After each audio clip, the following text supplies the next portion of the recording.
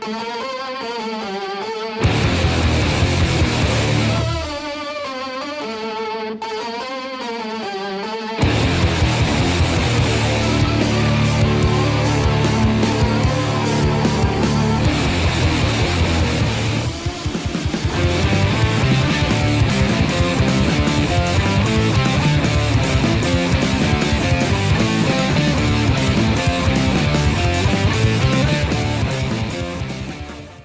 start our section on the Age of Revolutions, we're going to look at the Glorious Revolution in Britain and the American Revolution in North America.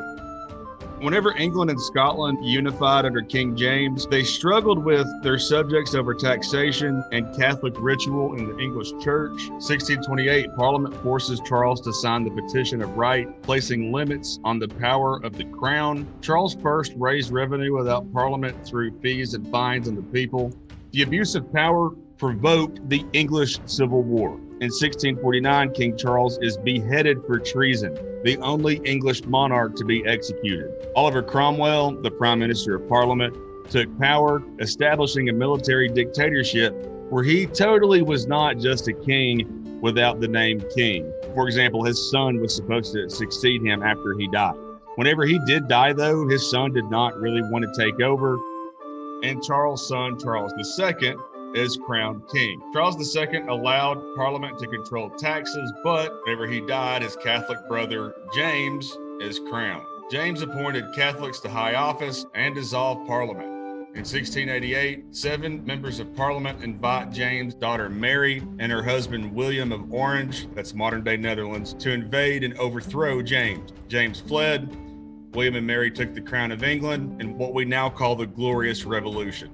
William and Mary created a constitutional monarchy with the English Bill of Rights. I didn't know this until recently, but apparently in the Netherlands, they teach their kids that the Dutch invaded and took over England.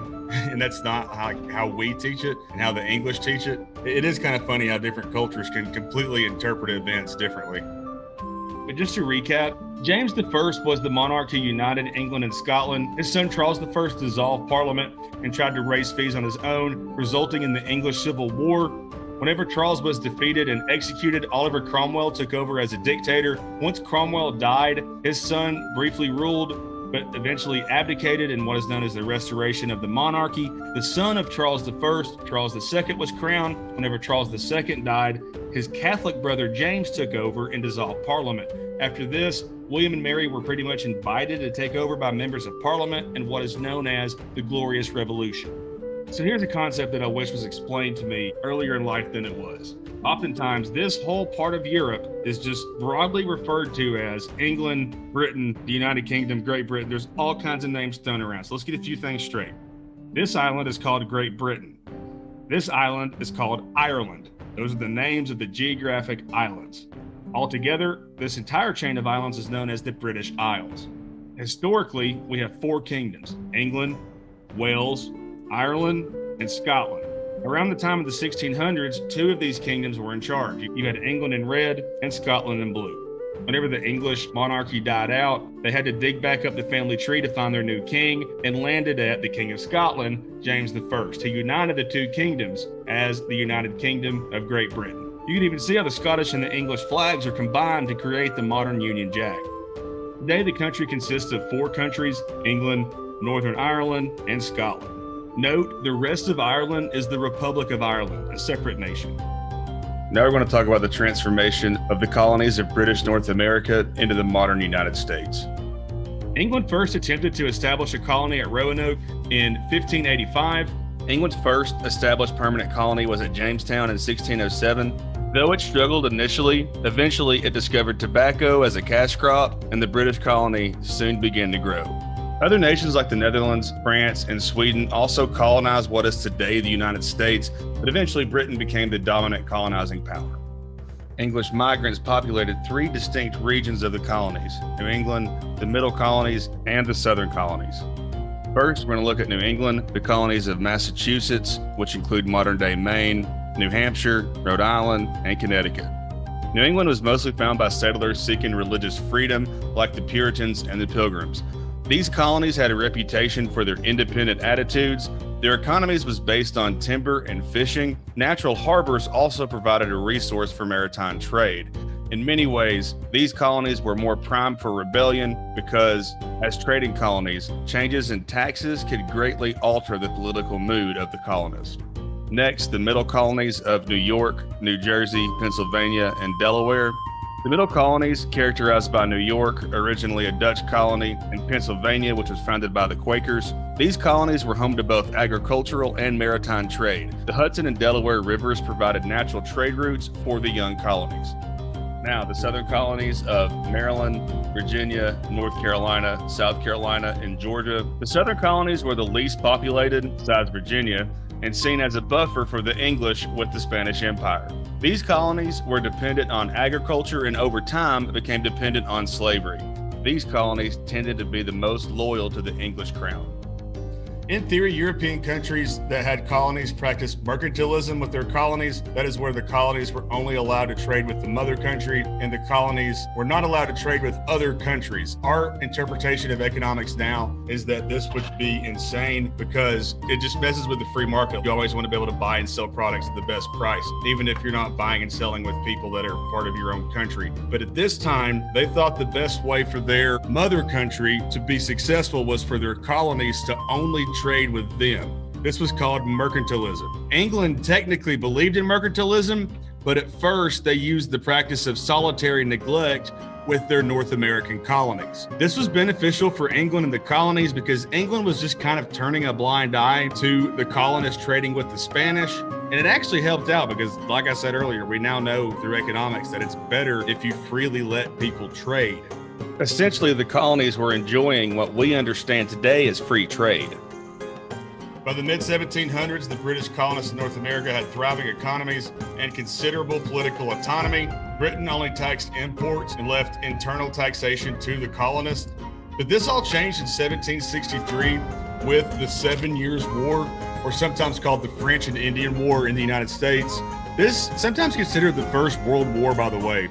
This war had theaters in Europe, India, and North America. This ends and relations between the colonists and Britain deteriorate. Even though Britain won the war, they had a pretty heavy war debt, and they were trying to charge the colonists with more taxes in order to pay off this war debt. From Britain's point of view, they thought the colonists were the reason we fought this war. We won this war for them, so they have to pay for it. The colonists didn't like this because they didn't have any members of parliament. There was no parliamentary representation from the North American colonies. This is where the term taxation without representation comes from. Even with all this, I've still heard the argument that the taxes weren't that crazy. It's still just the principle of it. And also, before the French and Indian War with solitary neglect, you really didn't have that much taxation that the colonists had to pay back to Britain.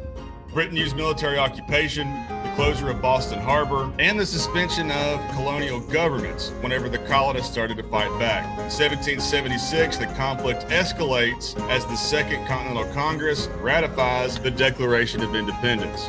In this document written by Thomas Jefferson, he put John Locke's Enlightenment ideas of life, liberty, and property into practice. In 1781, General Cornwallis surrenders, and the United States of America is recognized. This is what the 13 North American British colonies looked like, and they weren't really unified. It was 13 separate colonies. After the war, we have the United States of America, which extended all the way to the Mississippi River until the Louisiana Purchase. These out west were territories, and these were the 14 if you include Vermont, states. Fast forward to our modern time, and the United States is literally the strongest nation to ever exist.